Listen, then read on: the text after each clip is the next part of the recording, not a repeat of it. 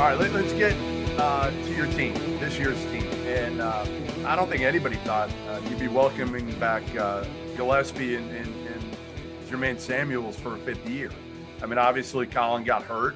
That played into it. But, the COVID year, most high major programs aren't bringing back their best players. They're just not. I mean, how shocked were you that both those guys decided to come back? Well, during the year, when we knew that they could come back, I don't think either one of them were coming back, because I think Collin, he got hurt. Collin Gillespie got hurt in the second to last regular season game, which was for the Big East regular season Big East championship. So he was on his way, to a great season, and I think probably getting drafted. And Jermaine was on his way also. That Collin got hurt, but Jermaine, what people don't know is the reason Jermaine stayed is he played with a broken finger all year. And they said at the end of the season, he had to have the surgery. So he was thinking, if I'm going to have this surgery and then I'm going to go into workouts and I'm going to go into summer league without being able to play because of my surgery, I'm not really going to put myself in the best position. So to get healthy, and thank God I get another year, I get a chance to go into that healthy the following year. That's why we got him back. So we were fortunate. I do think it's going to work out for both of them. I have that unique perspective that I just think it's best for guys to go to the NBA when they're ready for the NBA, when they're ready to be successful players, not just to get there. Now, some guys are good enough to just get there because they're going to be good. But if that's the case, then that means you're ready. But I think both these guys will be ready physically, mentally, and basketball IQ-wise to have successful NBA careers. How has Collin looked? Has he looked healthy, Coach? Yeah, he really does, Robbie, which you've had knee injuries. I know man. I have been shocked and, knock wood, but I'm shocked. To be honest, like he looks, it's funny. I left on July 2nd for the Olympics. I didn't get back until August 10th. And we didn't get back on campus here till like the 17th. So I didn't see him from July 2nd till August 17th on the court. And when I saw him on the court, I was like, wow. I mean, he looked, because when I left, he still wasn't cleared. And when I came back, he looked like he never had an injury. It was incredible. All right. So the $1 million question, how are you going to replace Jeremiah Robinson Earl up front? Like, seriously, like he was so reliable. Like he was the ultimate, like professional as a college player, because you knew what he was going to bring it he just made people better, did all the little things. What are you going to look like up front without him?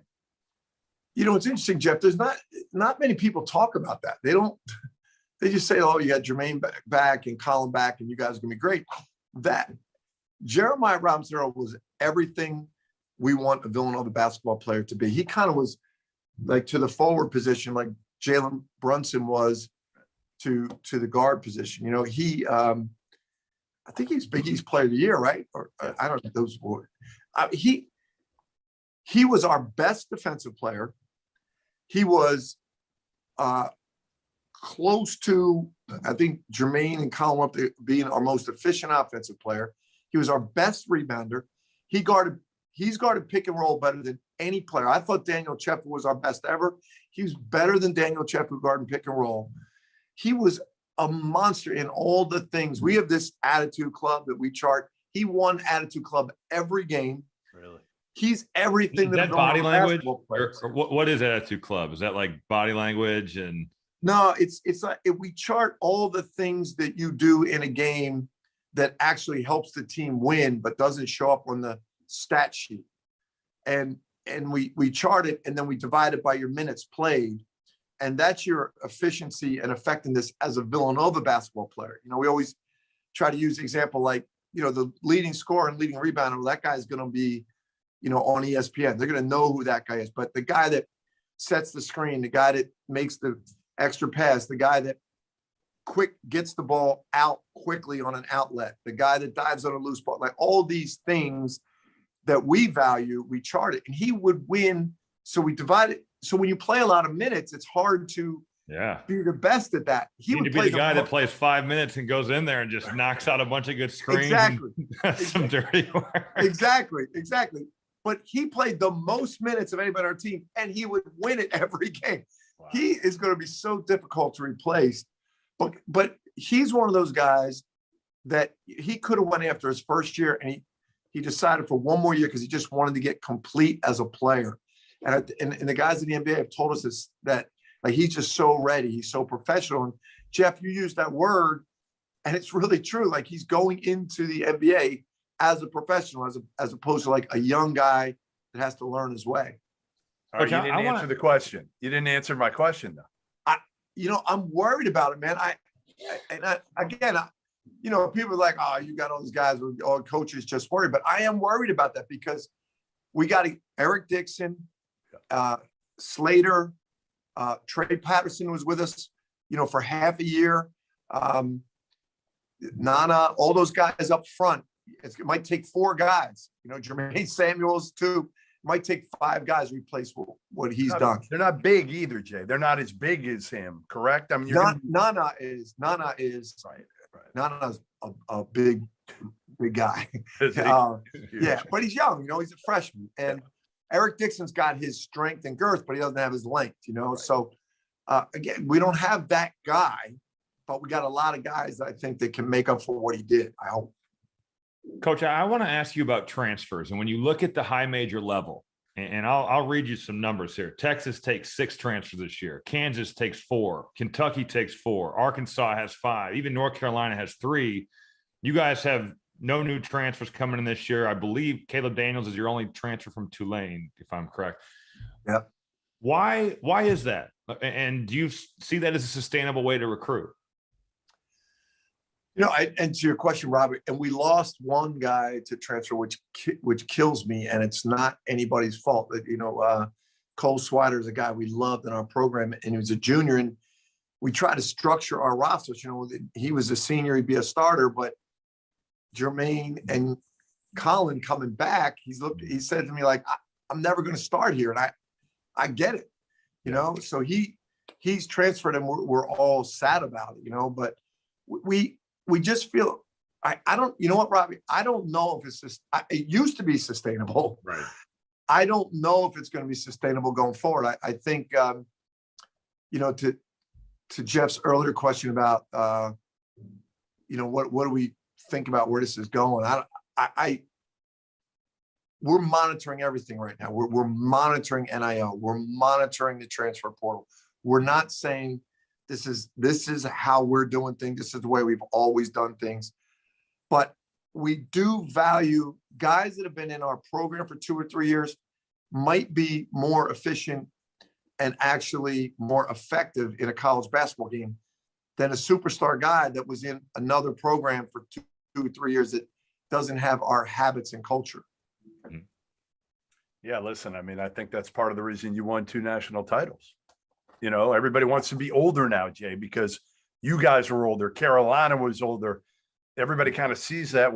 It's a copycat. Everything's copycat, whether it's NBA, whether it's college basketball, how you play, the way you build your roster. What concerns you the most about this year's team? Is it up front? Yeah, it is. It is replacing Jeremiah in that I tried to explain earlier, and I don't know if I'm doing a good job of this, but what we value in our program, he brought as well as anybody ever in that every little thing you do to make everybody else better, to make the team win. We've got talented guys, but will those guys, like a lot of them didn't have to do some of them because he did it. Like he always led us in screen assists. He always led us in rebounding. He always led us in quick outlets. He always guarded pick and roll. We could make adjustments within a game defending pick and roll because you could tell him, and he would know what we were doing the next play, and he would talk the guards through what we were doing on the next play. he was a quarterback out there defensively. So we've got to do that with different people. You guys have won 2 of the last 5 national titles, Coach. Why can this team make it 3 of 6? I think we've got, since 18, we lost 4 guys early to the NBA after 18. I don't think we've ever gotten our depth back to where we like it to be, especially early in the season. But by the end of the year, we usually get there, but it's always not pretty. It hasn't been pretty getting there since 18. But this year we're going into the season with depth, with experience, and our teams in 16 and 18 had that. You can go through a year where you're a team that gets hot at the end. You can, but it's more probable that you're a team that's experienced, that goes through things together, and then by the end of the year, you put together all those experiences, you make them positives, and then that prepares you for the NCAA tournament. I hope we can do that. All right, there he is, Hall of Famer, Jay Wright. Now I'm saying it with a little bit more conviction in my voice. Some respect from here. Some respect, that's right, some respect. Listen, like I told you, Jay, we've known each other a long time. Standing there in the bleachers of ABCD, you trying to recruit Randy Foy, Jason Frazier, Alan Ray, all those guys. No, I don't know if I saw this coming. It's been a wild ride. Yeah, it's been a cool ride. It's been a cool ride, and I'm glad. I'm happy for you, and hopefully we'll see you soon in person this year for a game. Before we move on, let me tell you guys a little bit about our partners over at BetRivers Sportsbook. If you haven't signed up for BetRivers yet, now is the time, because they are offering a $250 match bonus for your first deposit. But what sets them apart is that they require just one playthrough to turn your bonus into cash money. With their Rush Pay instant approval, withdrawing your winnings is safer, it's more secure, and it's more reliable. Now that basketball season is tipping off, get in on the action at betrivers.com today, or by downloading the BetRivers iOS app. You must be 21 years or older. If you have a gambling problem, call 1-800-GAMBLER. And while I got you here, let's talk about the Field of 68 Media Network, where college basketball matters most all year round. This is a digital media and podcast network that we've been building over the course of the last year. We have shows hosted by some of your favorite players covering the program that they love the most. AJ Guyton hosts the House of Hoosier. Eric Devendorf covers Syracuse on the Scorer's Table. Dan Dickow hosts the Gonzaga Bulldog broadcast. We have Florida's Patrick Young and Duke's Andre Dawkins and North Carolina's Shammond Williams and Michigan's Stu Douglas and Illinois' Deion Thomas. The list goes on and on and on. We have more than 30 shows right now. So hit the links below and check them all out. And while you're at it, make sure that you go check out the Field of 12 Media Network, your home for college football. That was Villanova head coach Jay Wright and our resident curmudgeon, Jeff Goodman. And now I am joined by 2 people that are definitively not curmudgeons. We have John Fanta, Big East digital insider, and Dana O'Neill, who has covered Villanova in her past and who probably knows that program as well as anybody. Guys, I appreciate you being here. Thank you for having us, Rob. Glad to be here. Fanta, I want to start off with this because I know that you have a strong opinion on it. Collin Gillespie was named an All-American by the AP this season, and there have been some people that have kind of pushed back on the idea that he is the best guard in college basketball. Where do you stand on how good he is and what kind of impact is he going to bring Villanova coming back for his, I guess, the super senior season? Is that how we're calling these guys? Super senior season, and I think that when you look at awards and how this goes in this sport, winning breeds everything. And Collin Gillespie is the ultimate winner. He's the guy who you want to have the basketball in most any situation. And he has won more games than any of the other guards that you're looking at that would have been up for first team All-American honors or in that conversation. And so I think that a lot of guys, Rob, like I was discussing this with some guys that we work with over at the Field of 68, we're talking about Jaden Ivey, or we're talking about other guards who could be in the conversation.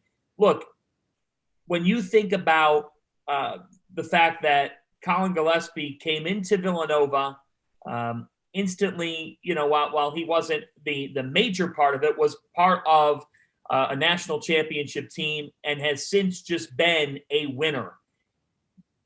This is not always judged by who the flashiest, NBA-ready, most talented of them all guard. It's judged by who gets the job done and who wins the most games. And heading into this season, there's nobody that's won at the nature in college basketball that Collin Gillespie has won. And so that's why he is a first-team All-American. And also, he doesn't make mistakes. He's only gotten better throughout his career. And he's the head of the snake for the fourth-ranked team in the country. Yeah, Dana, I think it's pretty interesting. He didn't come in as a 5-star, top 100 kind of a guy.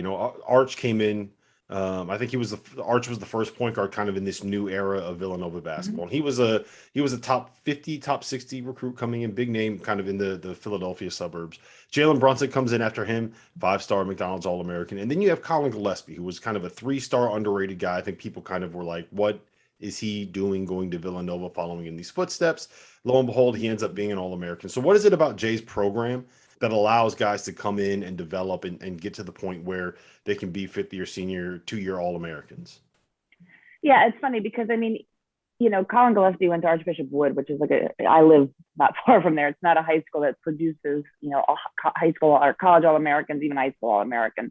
And people kind of jokingly referred to Collin as baby Arch or wannabe Arch, even worse. Like they thought, because he looked like Ryan Archidiak and now he played like Ryan Archidiak, and now they just assumed he was going there because he wanted to be. And it's really funny. He actually didn't want to be. He actually didn't even want to go to Villanova necessarily out of the gate. But, I think what it is that Jay does is it's a combination of things. First of all, guys stick around that program.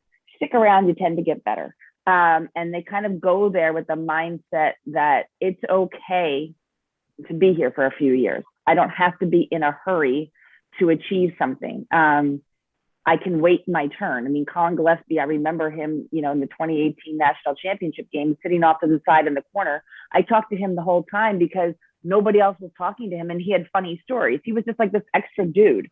And let's face it, a lot of freshmen don't want to be that extra dude. They want to be the guy. And if you go to Villanova and you understand that you're not gonna be, and you're okay with that, you can grow into something. And Jay also doesn't ask them to be something that they're not. Look, you're not gonna go to Villanova, even Jalen Brunson, as great as he was, you're not gonna go there and be some flashy razzmatazz guy. That's just not the game he needs. It's not the game he wants. So if you stay within the confines of your own abilities and the context of the system, if you will, you're going to have great players around you, and they're going to make you better.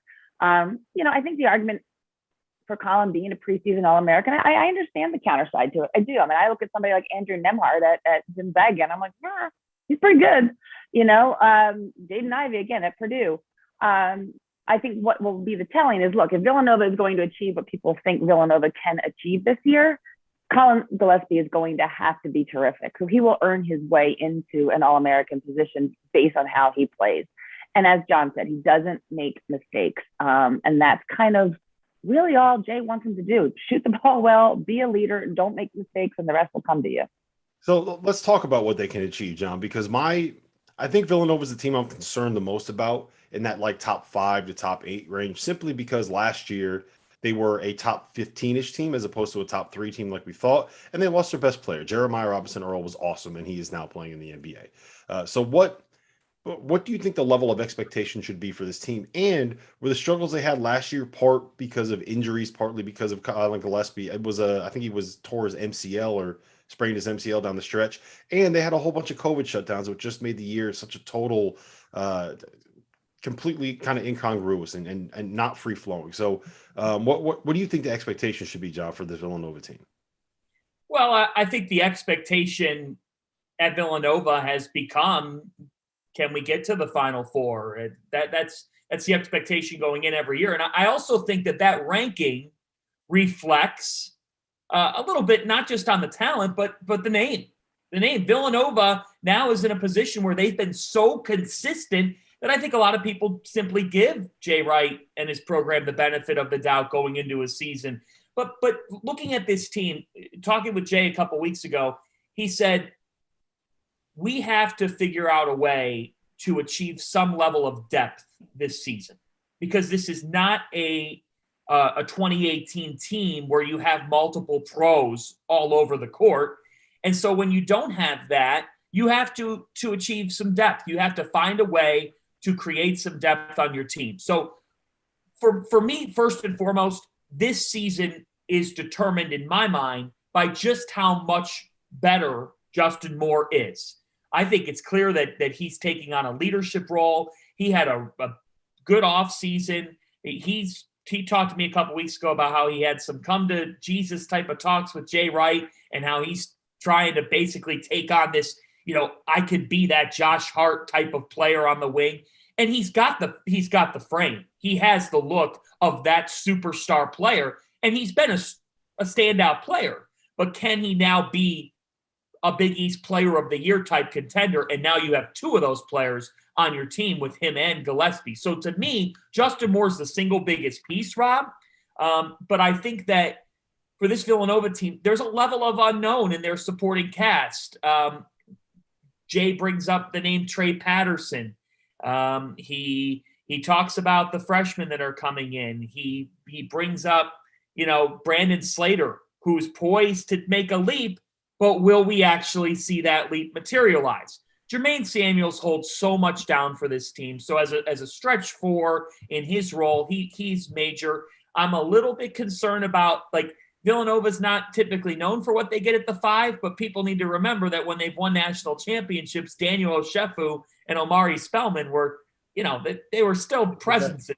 I'm not sure what's going on in terms of consistency at that position. So supporting cast to me is the biggest variable. But if Moore takes off into the star that I think he could be and that Jay Wright certainly thinks he could be, then that could be the big provider for just how far this team goes. So the name that I keep hearing is Brandon Slater, and you mentioned him there. Curtis Sumter is the guy that mentioned him. Dana, I saw when Fanta mentioned his name, you started nodding. So what are you expecting out of him, and what kind of role do you think he needs to be able to play for Villanova to hit their ceiling? Yeah, I think, to me, I think some things are sort of obviously given and assumed, but we know what Jermaine Samuels and Collin Gillespie are going to give us. I think we can assume what Justin Moore is going to give us. I think a guy like Brandon Slater, to a lesser degree, maybe Eric Dixon. I mean, these are the guys that just hold the key to the universe here at some level. They've got to become consistent scorers. They've got to become consistent threats. They've got to get better, and stronger defensively, because that's what Villanova has always been predicated on. It's never one guy that beats you. It's always a bunch of guys that beat you. And if you don't have enough supporting cast around the expected players, it's just not going to work. I'm less concerned, I guess, because they're so stinking old. I mean, the median age is 42. I mean, they're old. They're so old. And when Jay has old teams who know how to play his style, it generally works. But I'm really concerned about, if I'm concerned about anything, it's in that front court. Who is going to, no one's going to be Jeremiah Robinson Earl, but who gets his points? And that's someplace where Brandon Slater, and again, I think Eric Dixon to a lesser degree, really have to become something that is reliable. And we just don't know. I mean, it's easy for me to pontificate and presume that they will, because players tend to get better as they progress under Jay Wright. But until they actually do it, we don't know if they're going to do it. Now, the good news is their schedule allows for some serious proof in the pudding pretty early. Yeah. Go ahead, Fanta. The bad news is the schedule doesn't offer much to figure things out. I mean, there's two sides. There's that side of it. 4 days into the season, this team plays a game at 11:30 Eastern time at UCLA. Yep. And then that Mohegan Sun tip-off classic. I mean, my goodness gracious, you're going to play Tennessee, and then you're either going to play Purdue or North Carolina. Syracuse on a neutral floor is one of your easier non-conference games. I can't even believe that someone would say that, but it actually might be true here. And then you have to go to Waco in the Big East Big 12 battle. which, that's that conference alignment thing there. I mean, nice job by the leagues. I think it's an ABC telecast, so that's a great game for both programs. But holy cow, Jay Wright, actually, I'll share this story. He kind of said to Mike Sheridan, the Villanova legendary SID, is this the toughest non-conference schedule? Or can we check? And Mike kind of did what the waitress does in Tommy Boy when Tommy Boy asks if the Friars are still on, and she says, "Let me check." Yep, they're still, not available. Mike was kind of like, "Let me check." Yep, it's the toughest non-conference schedule. Like this, Dana. This is a really, you've covered Villanova. Like this is a wild non-conference schedule. Like they normally challenge themselves, but this one is something. But I think, look, I think the thinking behind that is, again, they're old, and they, if anybody can handle the highs and lows of like maybe not looking beautiful in December, it's older players, right? You take your lumps early, you figure out what's working, what's not working. You don't lose your mind. I mean, hell, I remember when they got their doors blown off by Oklahoma a few years ago, and then they blew the doors off of Oklahoma in the Final Four. Things change in the course of a season. So, if any team has, and any coach is resilient enough to say, look, whatever we do in December, don't lose sleep over it. It's Villanova. I think the idea behind it is go out and challenge yourself, figure out where you do actually, fit in. I would rather see a team do that and then coast through March in some sort of false hope. Yeah. All right, so we got about a minute left here. I just want quick answers on what you think the key for this season is going to end up being. If there's an X factor or a breakout, or whatever cliche you want to use, go ahead and throw it out here. So Dana, I'm going to go to you first. What's the X factor? Cliche? Yeah, I think it's what we talked about earlier. It's the breakout guys. It's the guys that we don't talk about who aren't getting the attention, the off-Broadways of Brandon Slater and Eric Dixon becoming consistent and reliable threats offensively and solid defensively. I think it's that simple. Yeah, and I would just go, I think that absolutely is the case. Can this team have a supporting cast that really rounds into form and that ends up being important? Caleb Daniels is another important piece to that Villanova puzzle. And I wonder, with a full off season and now playing a year in that system, like what he looks like this season. But I think that Justin Moore blossoming into the star that we've continued to hear about is important.